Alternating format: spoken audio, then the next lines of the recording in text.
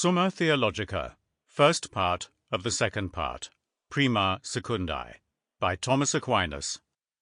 Translated by Father Lawrence Shapcott, Fathers of the English Dominican Province. Read by Martyn Swain for Ukemi Audiobooks. Dedication to the Blessed Virgin Mary, Immaculate Seat of Wisdom.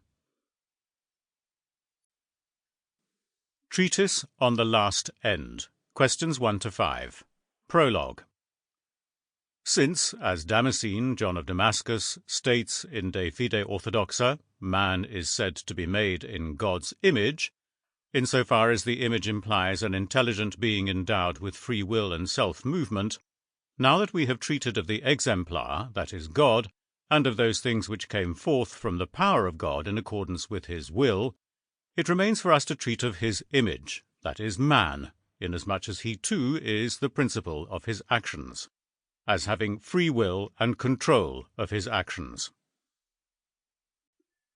Question 1. Of man's last end, in 8 articles. In this matter we shall consider first the last end of human life, and secondly those things by means of which man may advance towards this end, or stray from the path, for the end is the rule of whatever is ordained to the end. And since the last end of human life is stated to be happiness, we must consider 1. The last end in general, 2. Happiness. Under the first head there are 8 points of inquiry. 1. Whether it belongs to man to act for an end. 2. Whether this is proper to the rational nature. 3. Whether a man's actions are specified by their end. 4. Whether there is any last end of human life. 5. Whether one man can have several last ends. 6. Whether man ordains all to the last end.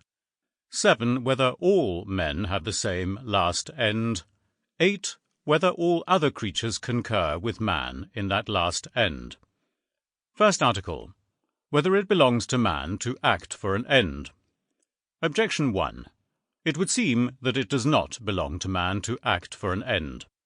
For a cause is naturally first, but an end, in its very name, implies something that is last. Therefore an end is not a cause. But that for which a man acts is the cause of his action, since this preposition for indicates a relation of causality. Therefore it does not belong to man to act for an end. Objection 2. Further, that which is itself the last end is not for an end, but in some cases the last end is an action, as the philosopher. Sample complete. Ready to continue?